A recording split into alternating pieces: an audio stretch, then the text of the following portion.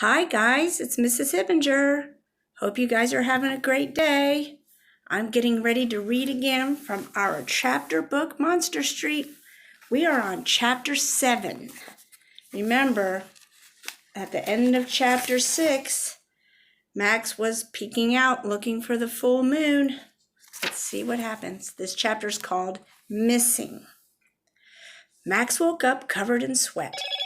He glanced at the antique clock on the nightstand and saw that it was already 3 o'clock in the morning.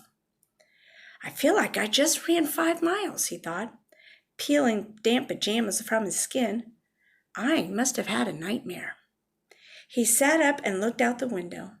An eerie fog drifted over the earth, as if the moon had leaked a ghostly vapor. Just as he was about to lie back down, he noticed a strange light below in the pumpkin patch, jostling around like an angry firefly. "A flashlight," Max whispered, pressing his face against the cold window pane. The beam hopped wildly, as if drawing in cursive upon the ground. At first, Max thought his eyes might be playing tricks on him, but then he saw the silhouette of 2 long braids. Jade? Max grabbed the lantern, put on his shoes and his father's hoodie, then walked across the room. He was surprised to find his bedroom door already open and muddy footprints tracked all over the floor. Where did this mud come from? Did someone come in here while I was asleep? He stuck his head into the hallway. There was no sign of anyone stirring in the house, so he tiptoed toward the stairs at the end of the hall. As he passed Gramps and Grammy's bedroom, he stopped and peeked inside. The lantern light revealed his grandparents fast asleep in their bed. When he finally arrived outside, the cool fog swept over him, conjuring goosebumps all over his body. The soft light of the full moon bled through the clouds, making the world feel haunted and dreamlike. The flashlight beam was closer now, right next to the barn. Max ran toward it until he could see Jade's frantic face. "Jade, what are you doing out here so late?" he asked. In her panicked state, she hardly stopped to acknowledge Max's presence. "It's Petunia. She's missing," Jade said. "Petunia?" Max asked, confused. "Isn't that one of your pumpkins?" "No, Petunia is my dog. She always sleeps in my room, but I haven't seen her since dinner," Jade explained. "Well, maybe she met another dog and—" Max began. No, that's not like Petunia," Jade replied on the verge of tears. "I have to find her. She sheds when she's scared, so it should be easier to track her once I find her trail." Max looked out at the nearby field, but saw no movement. The night was quiet and still. "Did you ask your dad if he's seen her?" "He's on the night shift at the lumberyard," Jade replied. "Besides, he'd kill me if he knew I was out here in the middle of the night, especially with you."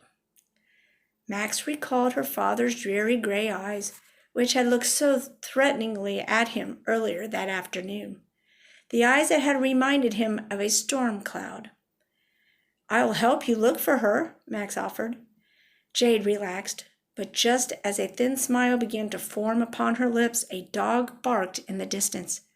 It was coming from the forest. "Did you hear that?" Jade asked, tensing up once again. Max nodded. Uh-oh, what's going on? Jade immediately began walking toward the woods, and Max followed. "Petunia," she shouted. "Petunia, here, girl." Jade stopped at the barbed wire fence and shined her flashlight along the ground. That's when she and Max both saw paw prints leading into the forest. Jade glanced at Max, and he could tell what she was thinking. "Just for a few minutes, okay?" Jade pleaded. "We'll stay in the shallow part of the forest, and then we'll come right back. Petunia couldn't have gone far." "I don't know," Max said. He was usually up for breaking rules, but in the daytime when it wasn't pitch dark. Those don't look like normal paw prints. Well, maybe we should come back tomorrow. When it's light out, we don't even have anything to protect ourselves with. What if... Please, I don't want to go alone, Jade admitted. Max could sense that the desperation was in her voice. But as he peered into the darkness, everything inside him told him not to enter. Gramps' warning soon haunted his thoughts. No matter what you do while you're here, don't cross the barbed wire fence into the eastern forest. Max debated whether to turn back. There could be anything in there, he thought, and then he remembered a single word Gramps had mentioned this afternoon. Monsters. I can't go in there without you, Jade's voice broke into trance. Max studied the anguish in her eyes and took a deep breath.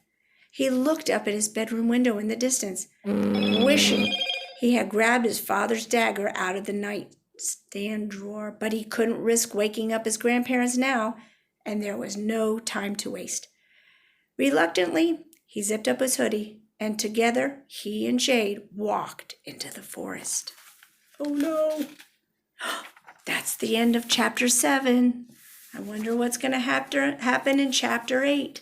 Chapter 8 is called Into the Woods. It's getting exciting, guys.